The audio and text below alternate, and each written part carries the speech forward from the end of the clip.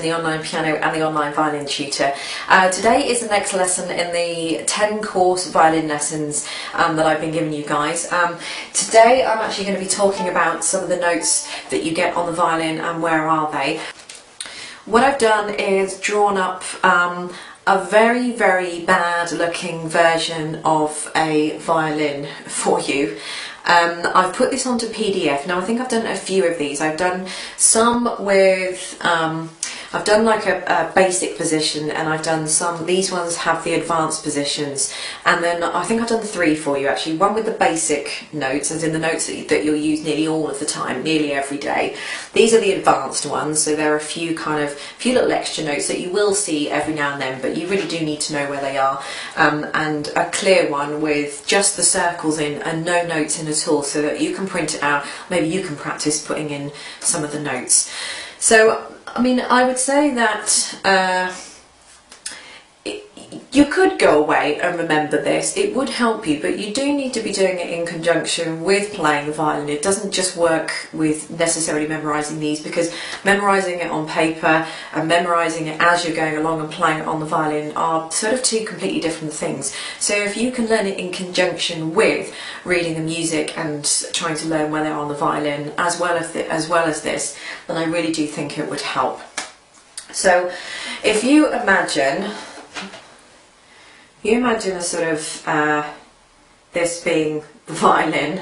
I'm sorry it's really badly drawn. I'm a musician, not an artist, unfortunately. But if I just go through and explain it to you, so you can print out the clean sheet, and that doesn't have any of the notes written in the letters, so you can write that out to your heart's content. The basic one just doesn't have these red ones here at all with the black letters inside.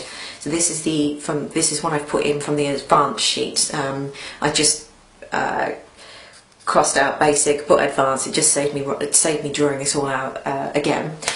So for the basic one, this is where the first finger goes. So this is where you might have the first dot on your violin, which I have done in some of my videos.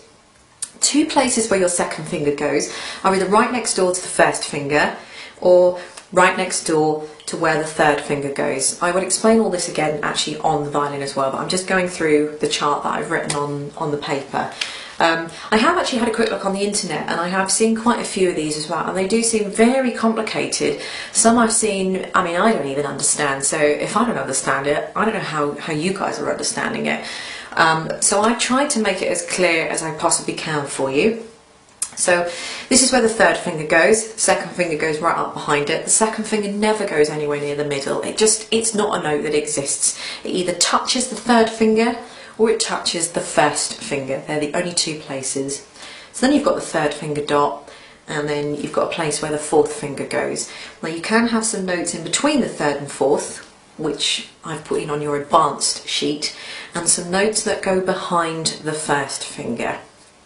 So I'm just going to take the sheet away for a second, and if you print out the sheet, maybe you can go through that when I'm going through it on the violin for you.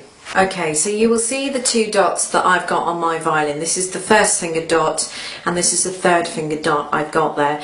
I don't really think you need to put in any more dots, otherwise it just gets a bit kind of a bit dot happy really. You get too many dots and the eye has too much to see, and then when the violin is at an angle here, you can't always see which dot is which, and I mean it's just a nightmare.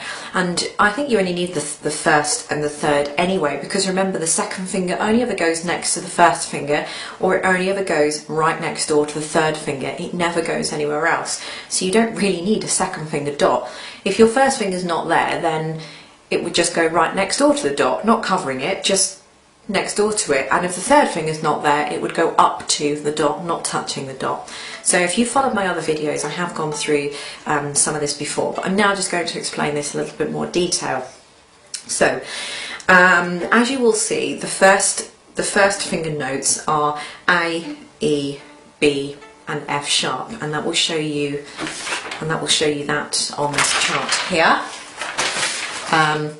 The second fingers for each of these are B flat and then you've got an F natural, a C natural and a G. I had to think for a moment there. I'm thinking of so many things on the video. And then the other second finger, the stretched second finger, is going to give you a B natural, an F sharp, a C sharp and a G sharp on the E string. Third finger gives you a C, a G, a D and an A, and then the fourth finger gives you the open string above it. So the fourth finger on the G string gives you a D, this one gives you an A, this one gives you an E, and this one gives you a B.